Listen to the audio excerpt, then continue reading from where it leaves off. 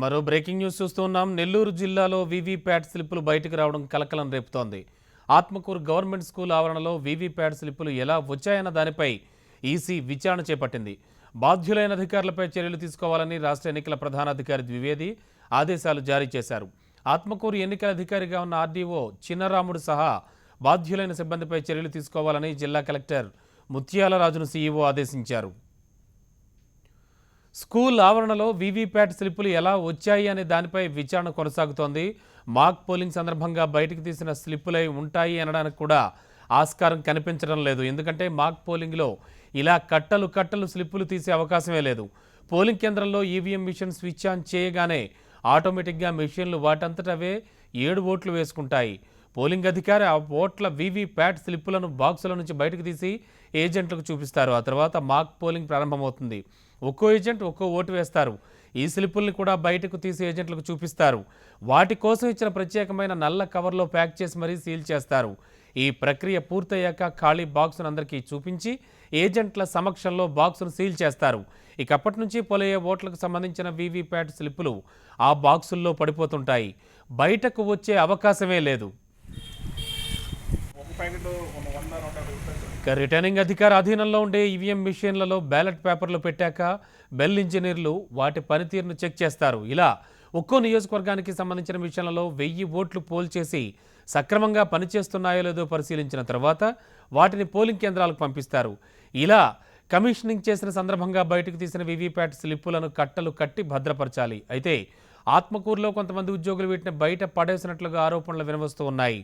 ఒక్కో పోలింగ్ కేంద్రంలో అభ్యర్థుల సంఖ్యను బట్టి మహా అయితే 10 నుంచి 15 మందికి మించి ఏజెంట్లు ఉండే అవకాశమే లేదు.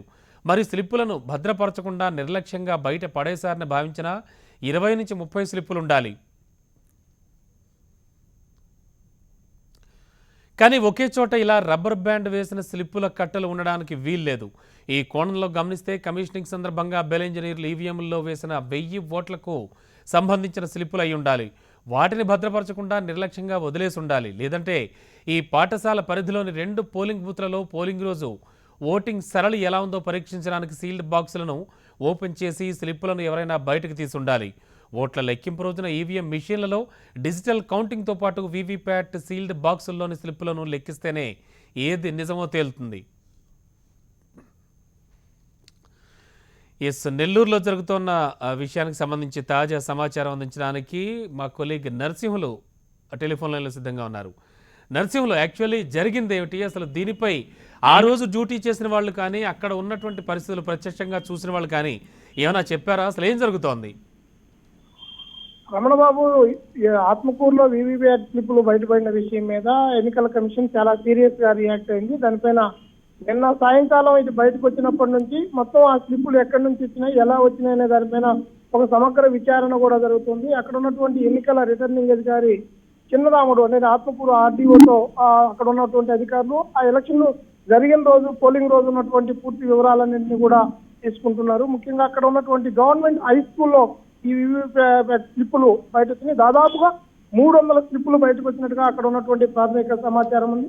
ఈ విషయాన్ని తెలుసుకున్న వెంటనే జిల్లా కలెక్టర్ అక్కడ ఉన్నటువంటి పరిస్థితిని, అలాగే ఆర్డీఓ ద్వారా వచ్చినటువంటి పరిస్థితిని జిల్లా రాష్ట్ర ఎన్నికల యంత్రాంగాన్ని కూడా సమాచారం అందించారు. ఒకటిన నిన్న రాత్రి కలెక్టర్ గారు అక్కడికి వెళ్ళేసి మొత్తం వాళ్ళతో కూడా దాదాపు గంటన్నర పాటు చర్చించారు. అందులో ఏమేమి చర్చించారు, ఏ విషయాలపైన దానికి సంబంధించినటువంటి ఎన్నికల కమిషన్కే నేరుగా ఆ రహస్య నివేదిక అందించే పరిస్థితి ఉన్నందున దానిపైన కూడా కలెక్టర్ గారు కానీ ఎవరు కూడా ఒక పల్లెత్తు కూడా మాట్లాడలేదు. అయితే నిన్న ముందుగా ఈ వీవీ స్లిప్పులలో ఈ వీవీప్యాట్ ఆ స్లిప్పులు బయటకు వచ్చిన తర్వాత అక్కడ ఉన్నటువంటి ఎన్నికల రిటర్నింగ్ అధికారి చిన్నరాముడు మాత్రం ఇవి మాక్ పోలింగ్ సందర్భంగా అంటే డెమో కోసం వాడినటువంటి మాత్రమే ఇవి, కొందరు అక్కడ ఉన్నటువంటి వాటిని ఒక నల్ల కవర్ లో మనం ముందుగా చెప్పినట్టుగానే నల్ల కవర్ లో బయట పెట్టేసి వాటిని జాగ్రత్త పరచాల్సినటువంటి విషయం పక్కకు పట్టిందని కూడా చెప్పారు. అయితే ప్రస్తుతం ఎవరి మీద చర్యలు తీసుకుంటారు అనేది ఓకే నర్సింహులు, థ్యాంక్ యూ.